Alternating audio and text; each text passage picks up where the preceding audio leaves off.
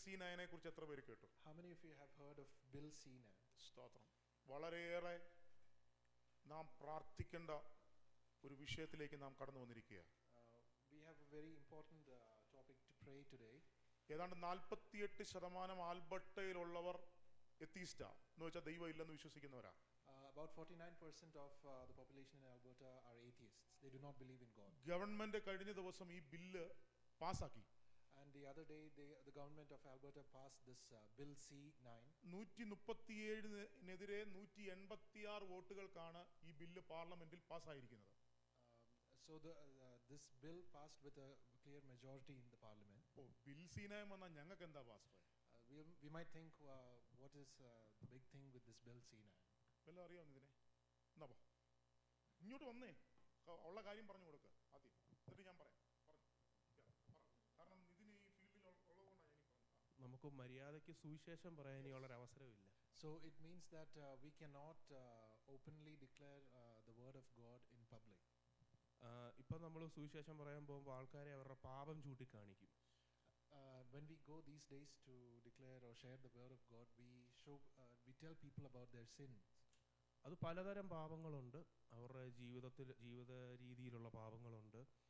അവർക്ക് ഇപ്പം ദുസ്വഭാവങ്ങൾ, പലതരത്തിലുള്ള പാപങ്ങളാണ്. So we tell them about their sins, the sins from their life or their different lifestyles. We tell them about it, make them aware about it. എന്നാൽ ഇപ്പോൾ കാനഡയെ കൂടുതൽ കണ്ടുവരുന്ന ഒരു ഇതാണ് ജെൻഡർ പ്രശ്നങ്ങൾ. പിന്നെ അതേപോലെ തന്നെ അവർ കടന്നുപോയിക്കൊണ്ടിരിക്കുന്ന ഈ ക്യൂർ, LGBTQ, ഇങ്ങനെയൊക്കെയുള്ള പല കാര്യങ്ങളുണ്ട്. And we deal with many other problems in this country, like people about their genders, about the LGBT community, and all of these things are there today. അപ്പം ദൈവസൃഷ്ടിക്കെതിരെയും ദൈവത്തിൻ്റെ പ്രമാണത്തിനെതിരെയും നമുക്ക് പറയാനായിട്ട് ഇന്ന് ഒരു തരത്തിലും അനുവാദമില്ല. And these days, in the coming days, there is very little chance that we can share the word of God with these people. ഇന്ന് കൈപ്പം നമ്മൾ സുവിശേഷം പറയാനൊക്കെ പോകുമ്പോൾ ചിലരെ കണ്ട ആണാണോ പെണ്ണാണോ മൃഗമാണോ എന്ന് പോലും പറയാൻ കഴിയത്തില്ല. ചില അതുപോലെ വാലും തലയൊക്കെയും ചിലരൊക്കെ വരുന്നതെന്ന് പറഞ്ഞാൽ കൊമ്പ് കാണും, മറ്റേ മുഖത്ത് പട്ടിയുടെ കൂട്ട് ഒരു ഇത് വെക്കും, വാല് കാണും, പൂച്ചയുടെ ചെറിയ രോമങ്ങൾ കാണും. ഐഡന്റിഫൈ ചെയ്യാൻ പറ്റത്തില്ല, ആണാണോ പെണ്ണാണോ എന്നല്ല, മൃഗമാണോ എന്ന് പോലും ഐഡന്റിഫൈ ചെയ്യാൻ പറ്റാത്ത രീതിയിൽ അവർ വരുന്നത്. And these days when we go to meet people, we find them in a lot of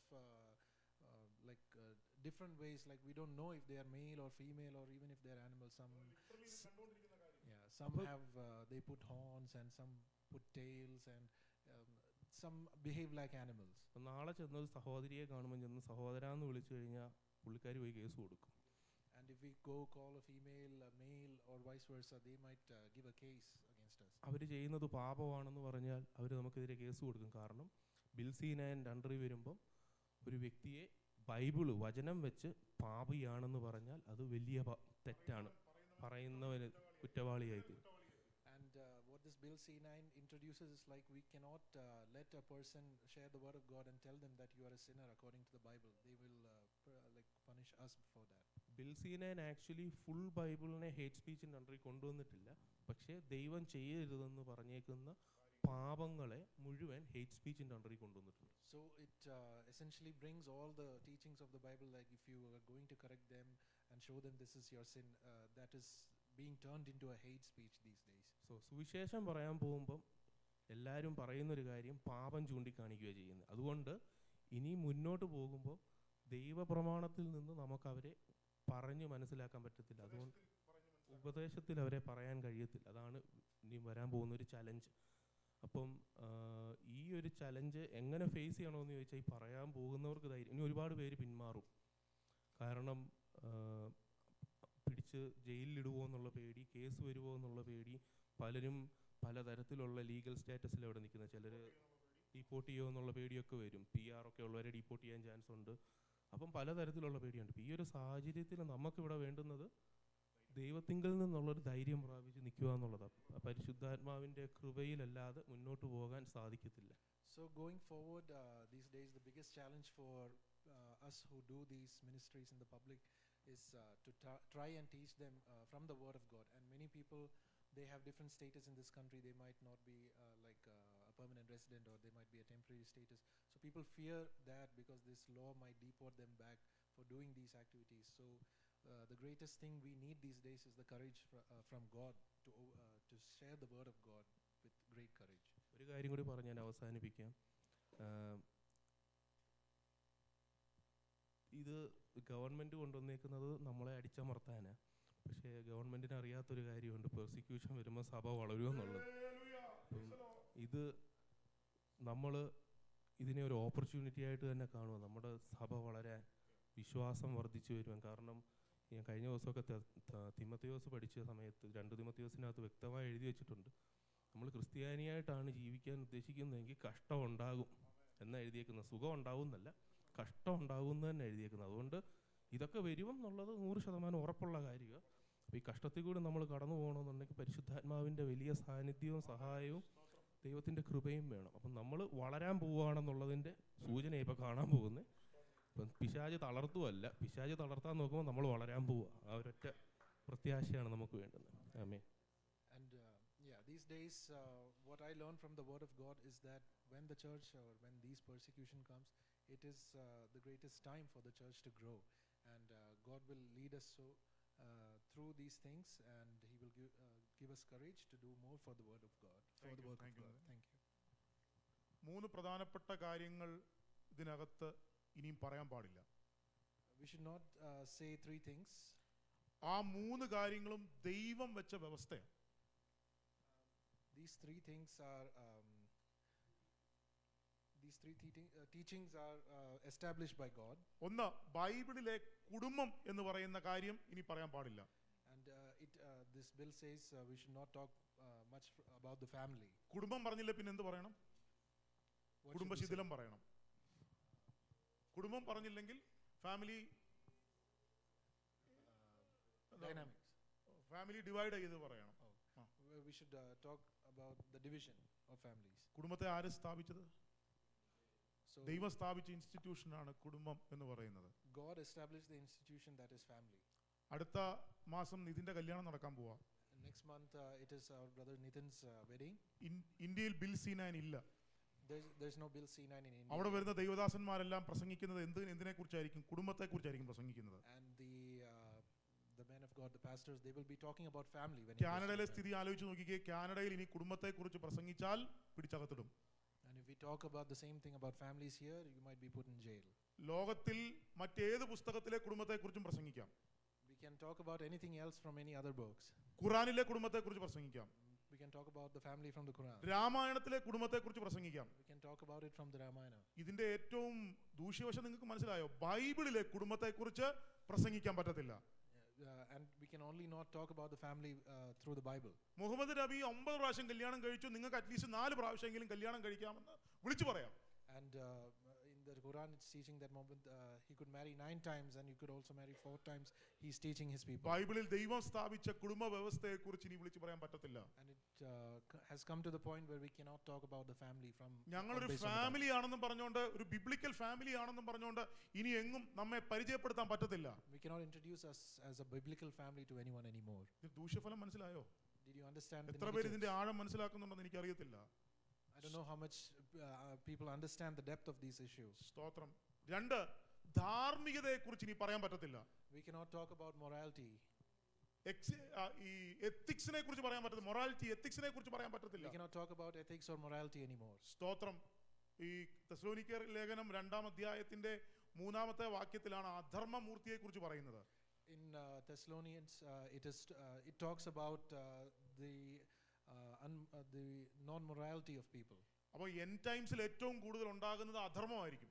And it is this unmorality which will happen in the end times. ഇംഗ്ലീഷിൽ ആ വാക്കിന് ലോലെസ്നെസ് എന്ന് എഴുതിയിട്ടുണ്ട്. It talks about lawlessness in the Bible. നിയമം അനുസരിക്കാത്തവരുടെ നിയമത്തിനായിരിക്കും, അവരുടെ വാക്കുകൾക്കായിരിക്കും വില. And the people who are lawless, their words would be considered more in the society. നമ്മുടെ കയ്യിലിരിക്കുന്ന വിശുദ്ധ വേദപുസ്തകം ധാർമ്മികത എന്ന് പറയുന്നത് വിട്ട് ഒരു കാര്യം പോലും ചെയ്യത്തില്ല. Our Bible talks about morality, and it teaches us not to deviate from it. മറ്റുള്ള ലോകത്തിലെ എല്ലാ മതങ്ങളും എടുത്തു നോക്കിക്കോ, അധാർമികത എഴുതി വെച്ചിരിക്കുന്ന പുസ്തകങ്ങളാണ് അവരുടെ പുസ്തകങ്ങൾ. And all the other religions, if we go through their books, we understand it talks about the immorality of people. കാനഡയിലെ ബിൽ സി9 വന്നു കഴിഞ്ഞാൽ ബൈബിളിലെ മൊറാലിറ്റി നമുക്ക് പ്രസംഗിക്കാൻ പറ്റത്തില്ല. And if the Bill C9 comes into full force, we cannot talk about the morality in the terms of Bible. വ്യഭിചാരം ചെയ്യരുത്, മോഷ്ടിക്കരുത്, കൊലപാതകം ചെയ്യരുത്, കള്ളസാക്ഷ്യം പറയരുത്, സ്നേഹിക്കുക, സ്നേഹം, സന്തോഷം, സമാധാനം, ദീർഘക്ഷമ, ദയ, പരോപകാരം, ഇതൊന്നും പറയാൻ പറ്റത്തില്ല. And we cannot talk about any of the sins which are mentioned in the Bible, that you should not murder or you should not covet other things and do all the bad stuff. We cannot talk about that. നമ്മുടെ ഒരു ഗതികേട് നോക്കിക്കോണം, ഇനി ബൈബിളിലല്ല ഖുറാനിൽ ഇങ്ങനെ പറഞ്ഞിട്ടുണ്ടെന്ന് വേണം നമ്മൾ പറഞ്ഞ് സുവിശേഷം പറയാനായിട്ട്. And now we should change it as it's mentioned in the Quran if you want to say. ചിരിക്കാനല്ല ഞാൻ പറഞ്ഞത്, വളരെ സീരിയസ് ആയിട്ടുള്ള ഒരു ഇഷ്യൂ ആ ഞാനിപ്പോൾ പറയുന്നത്. നമ്മൾ സുവിശേഷം പറയാൻ പോകുമ്പോഴത്തേന് ബൈബിൾ സേസ് ലൈക്ക് ദിസ് എന്നും പറഞ്ഞുകൊണ്ടാണ് ചെല്ലുന്നത്. And when we talk about when we talk to different people these days, we say it is mentioned like this in the Bible. നമുക്ക് എന്ത് പറഞ്ഞാലും ബൈബിൾ ആധാരം. And Bible is the base for anything that we speak about in Canadian പാർലമെന്റിൽ പറഞ്ഞിരിക്കുക ബൈബിളിനകത്തുള്ള ethics ഇനി പറയരുതെന്ന്. And in the parliament it is said that you cannot speak or quote from the Bible anymore. Number 3, വിവാഹത്തെ കുറിച്ച് ഇനി സംസാരിക്കരുത്. And the third thing, we cannot even talk about marriages. മുമ്പേ നിതിൻ പറഞ്ഞില്ലേ, ആമേൻ, സഹോദര, ഒരു പുരുഷനെ കണ്ടാല് സഹോദര എന്ന് വിളിക്കുന്നത് സൂക്ഷിച്ചു വേണം ഇനി. And as brother Nitin mentioned before, now when we see a male or a female, we cannot even address them as male or female anymore. It is സഹോദരി എന്ന് വിളിക്കുന്നത് സൂക്ഷിച്ചു വേണം. we cannot even call her sister or a she. വലിയ പ്രശ്നമാണ് ഇപ്പം. And it's a big issue these days. സ്തോത്രം. പുരുഷനെയും സ്ത്രീയെയും കൂടെ കൂട്ടിച്ചേർത്ത വിവാഹം ദൈവം സ്ഥാപിച്ചത്. And God established marriage between a man and a woman. നോഹയുടെ കാലം വന്നപ്പോഴത്തേക്കിന് പുരുഷനും സ്ത്രീയും തമ്മിൽ വിവാഹം കഴിച്ചു. And when Noah came, during his time, man and female they started marrying. ലോത്തിന്റെ കാലത്ത് അത് സംഭവിച്ചു. And even during the time of Lot it happened. ആണോടാണ് അവലക്ഷണം കാണിച്ചെന്നാണ് ബൈബിൾ എഴുതിയിരിക്കുന്നത്. And it is saying they went against nature. യേശു കർത്താവ് warning ആയിട്ട് കൊടുത്തു, അന്ത്യകാലത്ത് ഇത് തന്നെ സംഭവിക്കും. And Jesus Christ also mentioned that these are the signs of the end of time. അതുകൊണ്ട് ബൈബിൾ പറയുന്ന വിശുദ്ധ വിവാഹത്തെ കുറിച്ച് ഇനി സംസാരിക്കരുത്. And it is said that we should not talk about the marriage according to the Bible. പ്രാർത്ഥിക്കണം വേണ്ടേ? Should we pray or not? സ്തോത്രം. ക്രിസ്ത്യാനിയായിട്ട് ജീവിക്കണമെങ്കിൽ പ്രാർത്ഥിച്ചേ പറ്റത്തുള്ളൂ. If we want to live as Christians, we need prayer. യേശു കർത്താവ് ശിഷ്യന്മാരോട് പറഞ്ഞു, നിങ്ങൾ ഉണർന്നിരുന്ന് പ്രാർത്ഥിക്കാൻ പറഞ്ഞു. And as Jesus mentioned, you should arise and you should pray for yourself. ഇതിൻ പറഞ്ഞതുപോലെ സഭ വളരും. As brother Nitin mentioned, the church will grow. പീഡനത്തിൽ കൂടെ സഭ വളരും. The church will grow through this persecution. പക്ഷെ പ്രാർത്ഥിക്കാത്തവന്റെ സഭ എങ്ങനെ വളരും? But if you do not pray, how the church will grow? ആമേൻ. ഇതനുസരിച്ച് ആമേൻ കാര്യങ്ങളെ ക്രമപ്പെടുത്താത്തവരുടെ സഭ എങ്ങനെ വളരും? And if you do not correct yourself according to these times, your church will not grow. നിങ്ങളുടെ ഓടിപ്പോക്ക് ശീതകാലത്തല്ലാതെ ഇരുപ്പാൻ ഉണർന്നിരുന്ന് പ്രാർത്ഥിക്കുവിൻ. And you should arise and pray for all these things. ഇന്ന് പകൽ ഈ വിഷയത്തിന് വേണ്ടി നാം പ്രാർത്ഥിക്കേണ്ടത് വളരെ ആവശ്യമാണ്.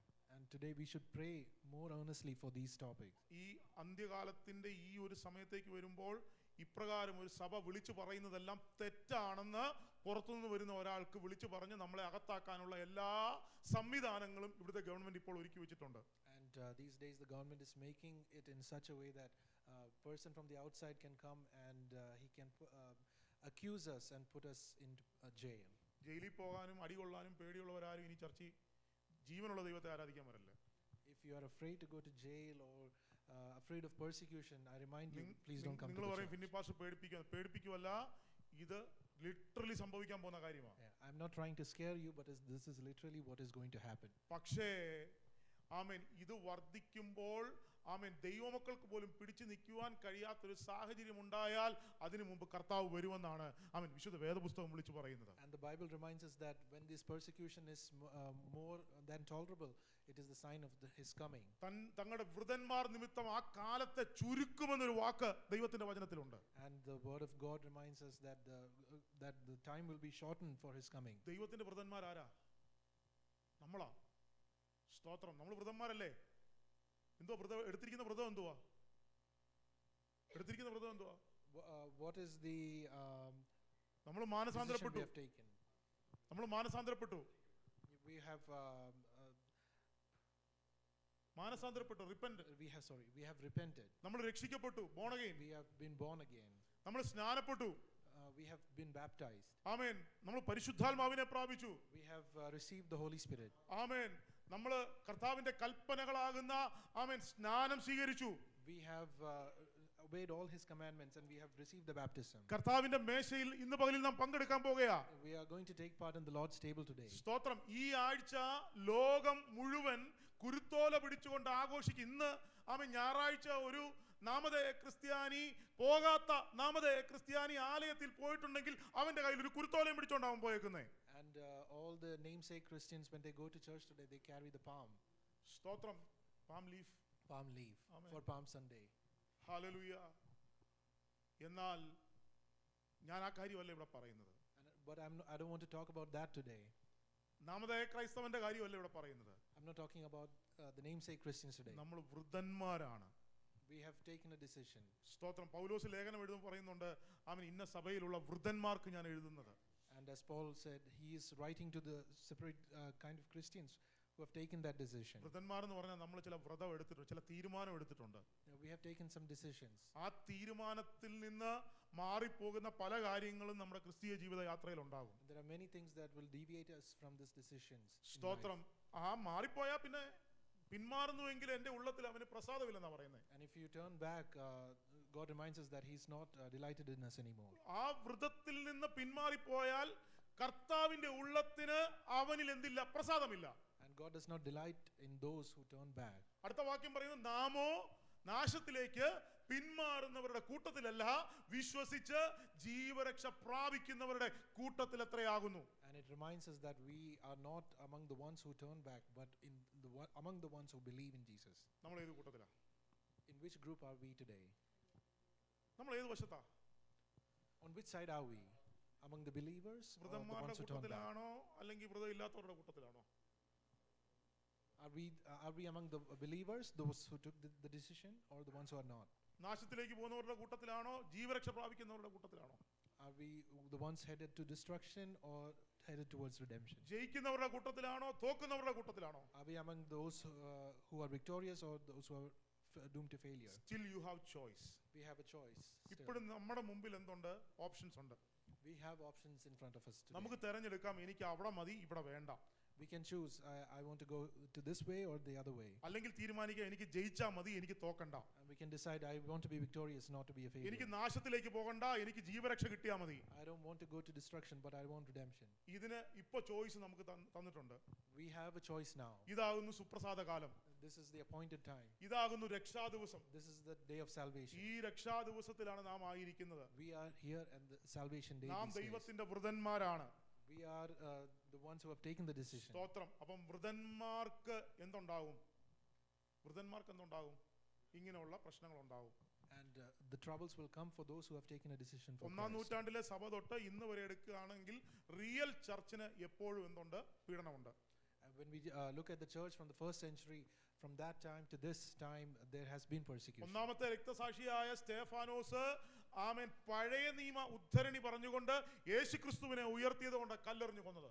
And the first martyr in the Bible, Stephen, he spoke about the persecution from the times from the start of time. നമ്മൾ എന്തിനാ ആലയത്തിൽ വരുന്നത്? Why do we come to church? സ്തോത്രം. നമ്മൾ എന്തിനാ ആലയത്തിൽ വരുന്നത്? Why do we come to church? സ്തോത്രം. നമ്മൾ കുടുംബമായിട്ട് ആലയത്തിൽ വരുന്നത്.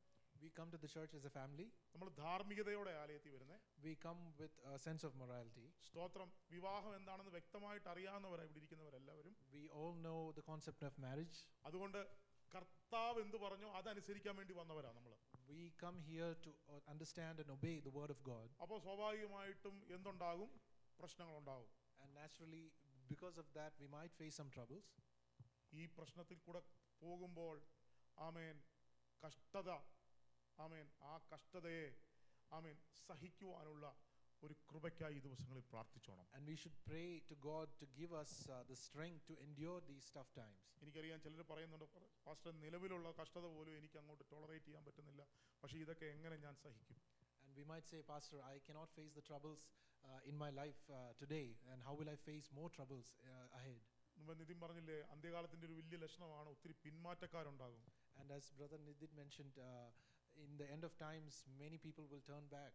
എനിക്കിതൊന്നും അങ്ങോട്ട് ശരിയാവത്തില്ല, അതുകൊണ്ട് തൽക്കാലം ഞാൻ പുറകോട്ട് നിൽക്കുക എന്നുള്ള ചിന്തയിൽ ആൾക്കാർ പുറകോട്ട് പോകുവാൻ സാധ്യതയുണ്ട്. And many people would take a step back from faith in the end of time. ഇത് ഞാൻ പറഞ്ഞ കാര്യമല്ല, ദൈവത്തിന്റെ വചനം പറഞ്ഞിരിക്കുന്ന കാര്യമാണ്. And this is not what I am saying by myself, but the word of God എന്നിട്ടൊരു reminds വാണിംഗ് us. കൊടുത്തിരിക്കാൻ, നിൽക്കുന്നു എന്ന് തോന്നുന്നവൻ വീഴാതിരിപ്പാൻ സൂക്ഷിച്ചു കൊള്ളട്ടെ.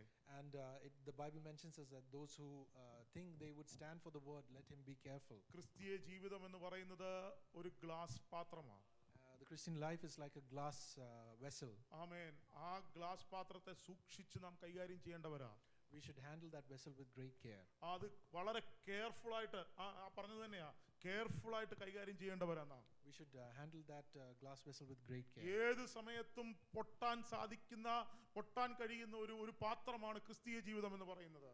And Christian life, it's like that vessel which can break at any time. ഇനി നമുക്കിത് പൊട്ടിക്കണമെന്ന് ആഗ്രഹം ഇല്ലെങ്കിലും ആമേൻ, ഇത് പൊട്ടിക്കുവാനായിട്ട് ദുരാത്മ മണ്ഡലം ഇങ്ങനെ ശരിക്കും ആമേൻ ശ്രമിക്കുന്നുണ്ട്. And it is the evil realm that is behind us to break this vessel. ഈ ദിവസങ്ങളിൽ പോരാടി പ്രാർത്ഥിച്ചോണം. We should fight in prayers these amen. days. പ്രാർത്ഥനയില്ലാതെ നമുക്ക് മുൻപോട്ട് പോകുവാൻ We cannot സാധിക്കത്തില്ല. survive without prayers these days. സ്തോത്രം. കർത്താവിന്റെ ദാസൻ ഇപ്പോൾ ഈ വിഷയത്തിനായിട്ട് പ്രാർത്ഥിക്കുന്നു.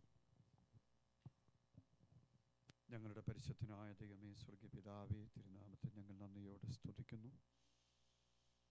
ഞങ്ങൾ ചിന്തിച്ച പ്രാർത്ഥനാ വിഷയങ്ങൾ ദൈവസന്നിധിയിലേക്ക് ഞങ്ങൾ സമർപ്പിക്കുന്നു. അന്ത്യകാലത്ത് ദുർഘട സമയങ്ങൾ വരും എന്നറിയുക എന്ന് തിരുവചനത്തിലൂടെ ഞങ്ങൾ അറിയുന്നുണ്ടല്ലോ. ഞങ്ങൾ എല്ലാ നിലയിലും ദുർഘട സമയങ്ങളിലൂടെ ഞങ്ങൾ കടന്നുപോയിരിക്കുന്നുണ്ടല്ലോ. അവയൊക്കെ അതിജീവിക്കാൻ ആവശ്യമായ കൃപ ഞങ്ങൾക്ക് നൽകണമേ. സദാകാലം ഉണർന്നും പ്രാർത്ഥിച്ചും കൊണ്ടിരിപ്പാൻ സഹായിക്കണമെന്ന് പ്രാർത്ഥിക്കുന്നു. കർത്താവേ, ഞങ്ങളുടെ വരവിനായി ഒരുങ്ങി കാത്തിരിപ്പാൻ ഞങ്ങളെ സഹായിക്കണമേ. നിയമങ്ങളെല്ലാം മാറ്റി എഴുതുവാൻ അവിടുന്ന് ശക്തനായ ദൈവമാകണമല്ലോ. ഉന്നതന് മീതെ ഒരു ഉന്നതനും അവർക്ക് മീതെ അത്യുന്നതനും ജാഗരിക്കുന്നുണ്ടല്ലോ. ദാനിയേൽ ദൈവസന്നിധിയിൽ മുട്ടുകുത്തി പ്രാർത്ഥിച്ചപ്പോൾ തനിക്കെതിരായി എഴുതിയ രേഖ മാറ്റിയതുപോലെ കർത്താവേ, ജനം ഒരുമിച്ച് പ്രാർത്ഥിക്കുമ്പോൾ ദൈവമക്കൾക്ക് സുവിശേഷീകരണത്തിനെതിരായി നിൽക്കുന്ന എല്ലാ പ്രവണതകളെയും അവിടുന്ന് മാറ്റി എഴുതിക്കണം എന്ന് ഞങ്ങൾ പ്രാർത്ഥിക്കുന്നു.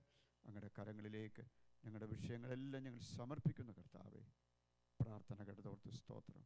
യേശുക്രിസ്തുവിന്റെ നാമത്തിൽ തന്നെ. കർത്താവ് പ്രാർത്ഥന കേട്ടതിനായിട്ട് നമുക്ക് ദൈവത്തെ സ്തുതിക്കാം. കർത്താവ് പ്രാർത്ഥനയ്ക്ക് മറുപടി തന്നതിനായിട്ട് നമുക്ക് ദൈവത്തെ സ്തുതിക്കാം. ഹല്ലേലൂയ. ഇന്ന് പകൽ 22-ാം സങ്കീർത്തനം വാക്യപ്രതി വാക്യമായി വായിക്കണമെന്നാണ് ഞാൻ വിചാരിച്ചത്. I thought we could read from Psalms 22 today. പക്ഷേ ഇനി അതിന് സമയമെടുക്കുന്നില്ല. I'm not taking too much time for that today. എങ്കിലും ആ സങ്കീർത്തനം നമുക്ക് എല്ലാവർക്കും പരിചയമുള്ള സങ്കീർത്തനമാണ്. We know this psalm very well.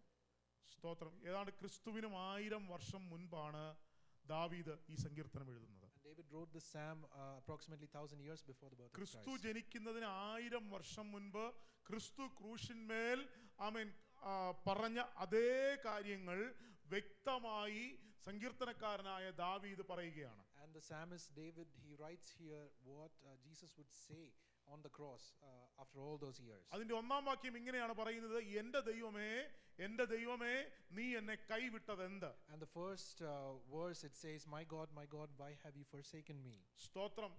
ഈ സമയത്ത് ക്രൂശ് എന്ന് പറയുന്ന ഒരു സാധനം കണ്ടുപിടിച്ചിട്ടില്ല. And at the time of writing this psalm, the crucifixion, this method of punishment has not been found. ക്രൂശ് മരണം എന്ന് പറയുന്ന ഒരു ശിക്ഷ ആ കാലത്തില്ല. There was no punishment like the crucifixion at that time. എന്തിനേറെ പറയുന്നു, ഇത് ആമേൻ കണ്ടുപിടിച്ച റോമ ഗവൺമെന്റ് ആ സമയത്തില്ല. And more interestingly, the Roman government which had this form of punishment did not exist at that time. Roma government ഇല്ല, ക്രൂശ് കണ്ടുപിടിച്ചിട്ടില്ല, ക്രൂശ് മരണം ആ സമയത്തില്ല.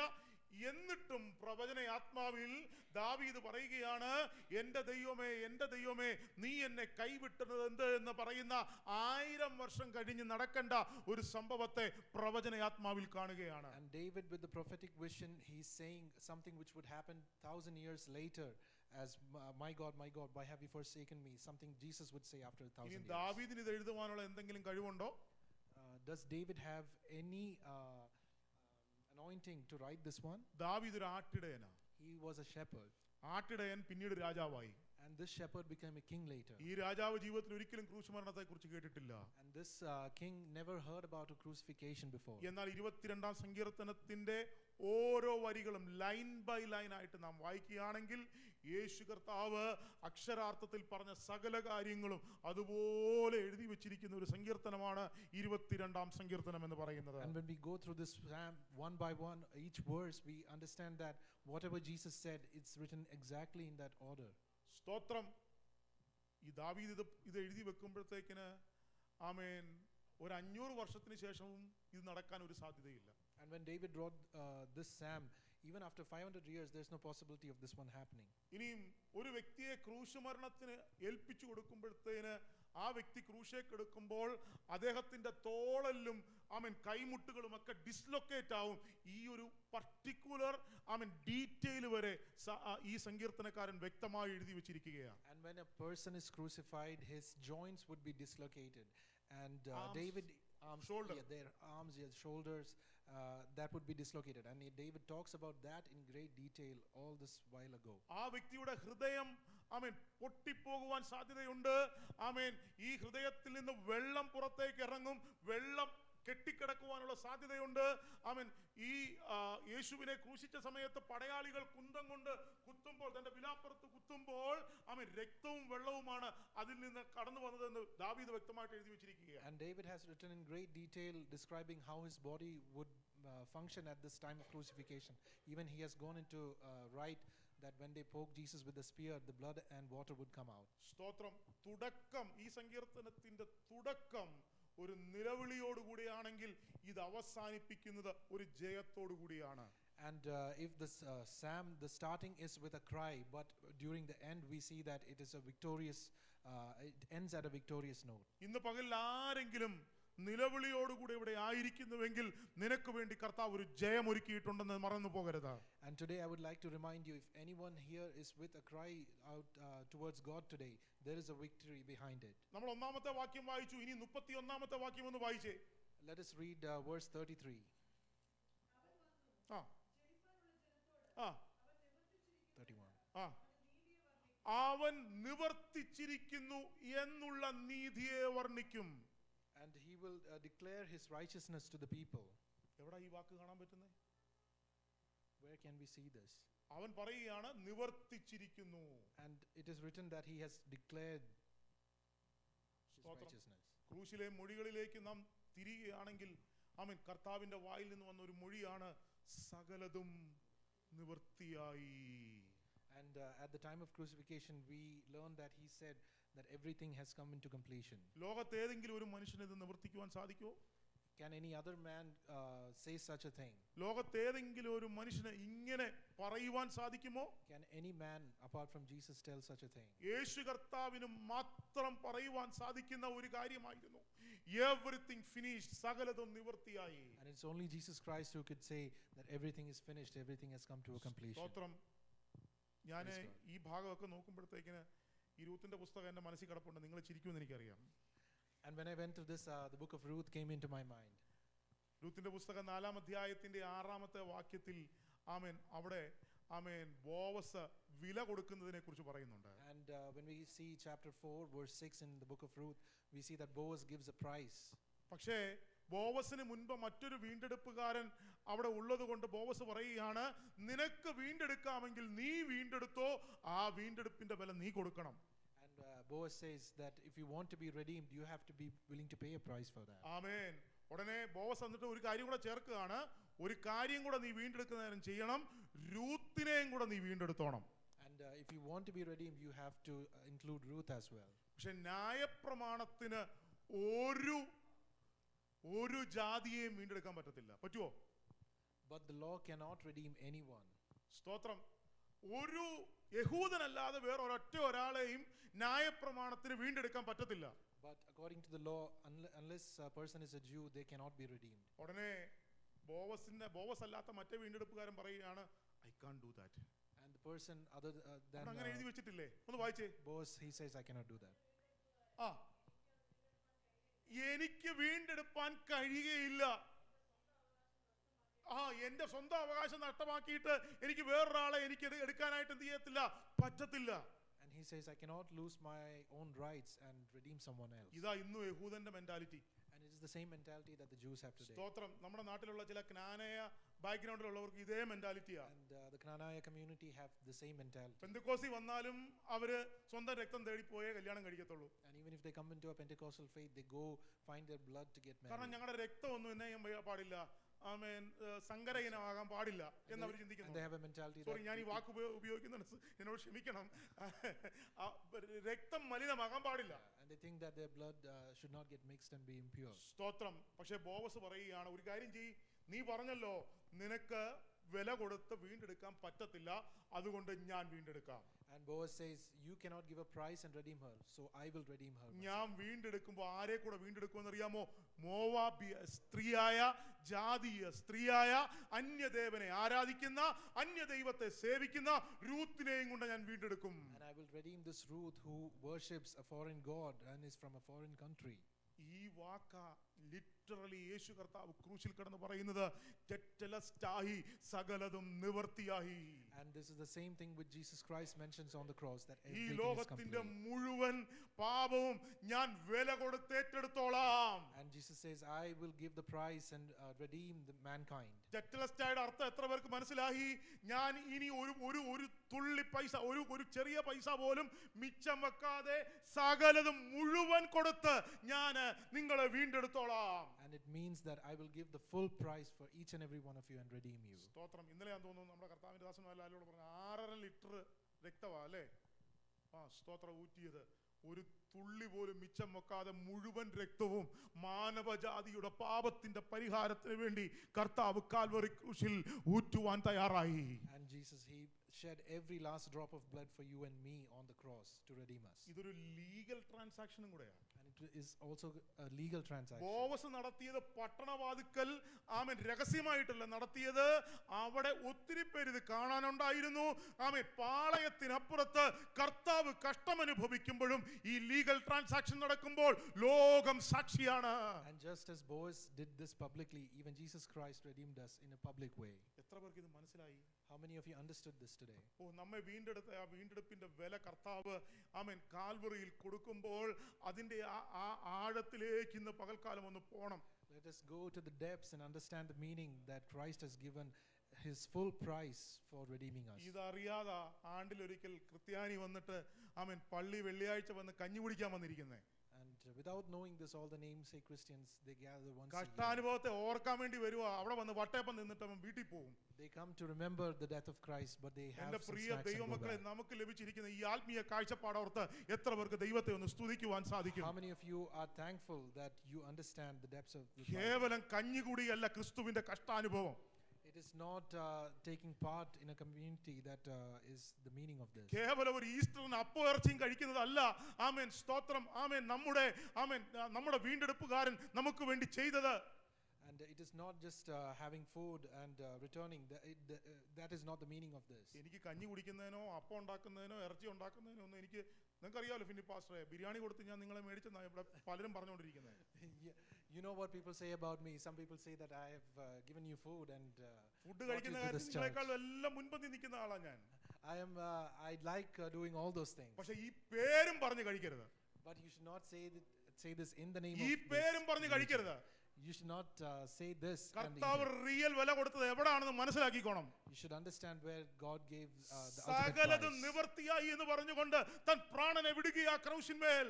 He is saying he has left his soul by paying the full price. ലോകം വിചാരിച്ചു this is the end. And the world said this is the end. ഇതുകൊണ്ട് എല്ലാം തീർന്നെന്നാ ലോകം വിചാരിച്ചത്. And the world thought this is the end of time. Roma government imperial മുദ്ര കൊണ്ട് യേശുവിനെ പൂട്ടിയിടുവാനായിട്ട് ശ്രമിച്ചു. And the Roman government, they put an imperial sign. എന്നാൽ ടെറ്റലസ്റ്റായി എന്ന വാക്ക് നിവർത്തിച്ചു എന്ന വാക്ക് പൂട്ടിയിടാൻ വേണ്ടിയുള്ളതല്ലായിരുന്നു. But the tetelestai, this word, it is not oh, meant to be locked. മൂന്നാം ദിവസം അവൻ കല്ലറകളെ തകർത്തുകൊണ്ട് ഉയർത്തെഴുന്നേൽക്കുവാനിടയായി തീർന്നു. And on the third day he arose from the grave. ഇച്ചിരി sound കൂടിയിട്ടുണ്ട്, എന്നോട് ക്ഷമിക്കണം. Sorry for the ഇത്ര excessive ആവേശം sound. ഇന്ന് പകലില് ആമേൻ ഞാൻ അറിയാതെ വന്നു പോയത്, എന്നോട് ക്ഷമിക്കുക. I'm very excited today. Please forgive me for my ആ excessive sound. ക്രൂശിന്റെ ശക്തിയിൽ, ആ ഉയർത്തെഴുന്നേൽപ്പിന്റെ ശക്തിയിലാണ് ഞാനും നിങ്ങളും ഇവിടെ ആയിരിക്കുന്നത്. And we are here by the power of the redemption. നമ്മൾ ഇന്ന് പകൽ ഇതിലേക്ക് കൈ നീട്ടുമ്പോഴത്തേക്കിന് നമ്മൾ കർത്താവിന്റെ ദാസൻ തുടർന്ന് ശുശ്രൂഷിക്കാൻ പോകുകയാ. ആമേൻ. ഇതിലേക്ക് കൈ നീട്ടുമ്പോഴത്തേക്കിന് ഈ ചിന്ത നമ്മുടെ ഉള്ളിലേക്കൊന്ന് വരണം. And when we stretch forth our hand and take part in the Holy Communion, let us remind ourselves. ലോകം ഹോശാന ആഘോഷിക്കുന്നത് പോലല്ല നമ്മൾ ഇവിടെ ഹോശാന ആഘോഷിക്കുന്നത്. We are not like the worldly people who celebrate നമുക്ക് Hosanna. റിയൽ ഒരു ഹോശാന ഉണ്ട് കേട്ടോ. We have a real Hosanna coming. നമുക്ക് റിയൽ ടെറ്റ്ലസ്റ്റായി ഉണ്ട് കേട്ടോ. We have a real Tetelestai അത് coming. ലോക ക്രിസ്ത്യാനി ആഘോഷിക്കുന്നത് പോലല്ല. It is not like the other നമ്മുടെ Christians. ഹൃദയത്തിൽ തട്ടിക്കൊണ്ട് ഇന്ന് പകൽക്കാലം ഇതിന്റെ അടുക്കലേക്ക് നാം നീങ്ങുകയാ. Let us remind ourselves as we take part. മാനസാന്തരപ്പെട്ട് രക്ഷിക്കപ്പെട്ട് സ്നാനപ്പെട്ട് ദൈവകൃപയിൽ നിൽക്കുന്നവർ മാത്രം ഇതിലേക്ക് കൈതൊടണമെന്ന് ഞാൻ നിങ്ങളോട് ഉത്ബോധിപ്പിക്കുകയാ. And those who repent and are baptized, only they can take part in ഈ this. സമയത്ത് നിങ്ങൾ സ്നാനപ്പെട്ടിട്ടില്ല, എനിക്ക് കർത്തൃമേശ എടുക്കുവാനായിട്ട് സാധിക്കുന്നില്ലല്ലോ എന്നുള്ള വിഷമമുണ്ടെങ്കിൽ നിങ്ങൾ ഭാരപ്പെടേണ്ട. നിങ്ങൾക്ക് ദൈവം അതിനുള്ള അവസരങ്ങളെ തരട്ടെ. And if you are not part of that, don't be worried. There will be opportunities for you to be a part of സ്തോത്രം, this. ഹല്ലേലൂയ. ദൈവത്തിന്റെ വചനപ്രകാരം ദൈവത്തിന്റെ ആമേൻ വചനത്തിന്റെ അടിസ്ഥാനത്തിൽ രക്ഷിക്കപ്പെട്ട് മാനസാന്തരപ്പെട്ട് സ്നാനപ്പെട്ടവർ മാത്രമേ ഈ കർത്തൃമേശയിലേക്ക് കൈ നീട്ടാവൂ എന്ന് ഞാൻ നിങ്ങളെ ഓർപ്പിക്കുകയാണ്. And I would like to remind you, only the people who repent and are born again and are baptized can take part in this holy communion today. ഞാൻ പണ്ട് എഡ്മണ്ടണിൽ വെച്ച് ഒരു ഇംഗ്ലീഷ് ചർച്ചിൽ പോകുമായിരുന്നു. I used to go for an English at an English church back in Edmonton. കേറ്റിക്കും കൊടുക്കും, ജോഷുവായ്ക്കും കൊടുക്കും, എല്ലാവർക്കും കൊടുക്കും, കർത്തൃമേശയും കൊടുക്കും, വീഞ്ഞും കൊടുക്കും. They give from the Lord's table to all the kids and everyone who is there. ആ പ്രായത്തിലുള്ള കുഞ്ഞുങ്ങൾക്ക് കൊടുക്കുന്ന ഞാൻ ഈ പറഞ്ഞതിന്റെ അർത്ഥം. What I like to say is they'd like to give it to everyone who is there. ഏത് പ്രായത്തിലുള്ളവൻ കഴിച്ചിട്ടും പുറത്തേക്ക് ഇറങ്ങുമ്പോൾ നല്ല സ്നോയ്ക്കകത്തല്ലേ, അപ്പൊ ഇവരെ പോക്കറ്റിൽ നിന്ന് ഒരു സിഗരറ്റ് ഒക്കെ എടുത്തിട്ട് കത്തിച്ച്. And when they go outside, it is very cold, and they would take a cigarette and start smoking. Even the people like that. എനിക്കറിയത്തില്ല ബാക്കി എന്ത് പറയണമെന്ന്. I don't know what to say more about this situation. Hallelujah. ഇതിന്റെ importance അറിഞ്ഞ് ഇന്ന് പകലിൽ നമുക്ക് ഇതിലേക്ക് കൈ നീട്ടാം. Let us understand the importance of the Lord's table മുന്നോട്ട് വന്നാട്ടെ. and take part in it ഈ today. ആഴ്ച ഹോശന്ന, ഇന്ന് ഈ ഞായറാഴ്ച, ഇന്നത്തെ ദിവസം ഹോശന്ന ഞായറാഴ്ച എന്നാ ലോകം മുഴുവൻ അറിയുന്നത്. And this Sunday is known as the Hosanna Sunday all throughout the world. സ്തോത്രം. രക്ഷയ്ക്കായി ഒരുവൻ പിറന്നു. There is a person who was born for our അത് redemption, നമ്മുടെ നിത്യരക്ഷയ്ക്ക് വേണ്ടിയാ. and it is for our eternity. അതിന്റെ അർത്ഥത്തിലേക്ക് പോകുന്ന ഒരു പാട്ട് നമുക്കൊന്ന് പാടാം. എല്ലാവർക്കും എഴുന്നേറ്റ്. Let us sing a song that reminds us of this eternity. Hallelujah, hallelujah, hallelujah. ഓണാക്കിക്കേ മനല്ലേ. ഹല്ലേലൂയ.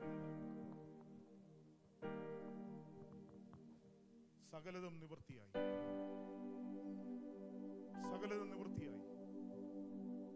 ലോകമനുഷ്യൻ കാണുന്നത് പോലെ ഇതിനെ കാണരുത്.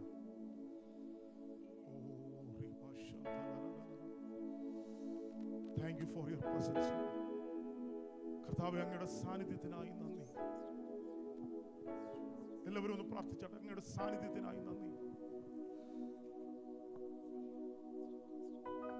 ഞാൻ വരുവോളം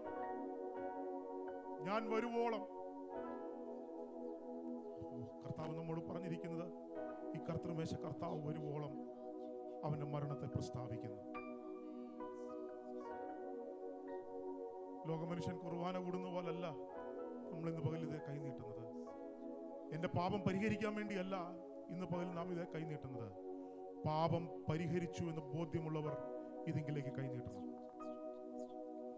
സ്നാനം എന്ന് പറയുന്നതും കർത്തൃമേശ എന്ന് പറയുന്നതും പാപം പരിഹരിക്കാൻ വേണ്ടിയല്ല. പലരും അങ്ങനെ പഠിപ്പിക്കുന്നേ. നീ കർത്തൃമേശ എടുത്താൽ നിന്റെ പാപം പോകും, നീ സ്നാനപ്പെട്ടാൽ നിന്റെ പാപം പോകും. നോ. യേശുവിനെ സ്വന്തം രക്ഷിതാവായി സ്വീകരിച്ച് കർത്താവിനെ ഹൃദയത്തിൽ ഇടം കൊടുത്ത് ആമേൻ കർത്താവിൻ രക്ഷിതാവുമായി ആമേൻ കർത്താവിനെ സ്വീകരിച്ച് വാ കൊണ്ട് ഏറ്റു പറഞ്ഞു കഴിയുമ്പോൾ അവൻ നിന്റെ പാപം മോചിക്കും. അങ്ങനെയുള്ളവരാ സ്നാനത്തിലേക്ക് പോകുന്നത്. അങ്ങനെ സ്നാനത്തിലേക്ക് പോയവരാ യേശുവിന്റെ ശരീരത്തിലും യേശുവിന്റെ രക്തത്തിലും പങ്കാളികളാകുന്നത്, ആ ഓർമ്മയിൽ പങ്കാളികളാകുന്നത്.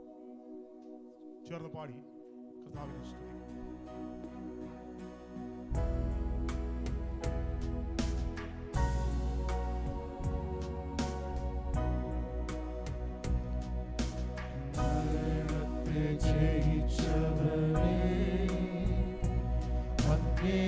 ആരാധിക്കുന്നു ഞങ്ങൾ. You are the only Lord raised from the dead. Oh, thank you, Lord. അങ്ങേ ആരാധിക്കുന്നു For your vicarious death. For your vicarious death. മരണത്തെ ജയിച്ചവനേ, അങ്ങേ ആരാധിക്കുന്നു ഞങ്ങൾ. പാതാളത്തെ ജയിച്ചവനേ, അങ്ങേ ആരാധിക്കുന്നു ഞങ്ങൾ. Hallelujah, പാടാ. ഹല്ലേലൂയ, ഹോസന്ന. ഹല്ലേലൂയ, ഹോസന്ന. ഹല്ലേലൂയ,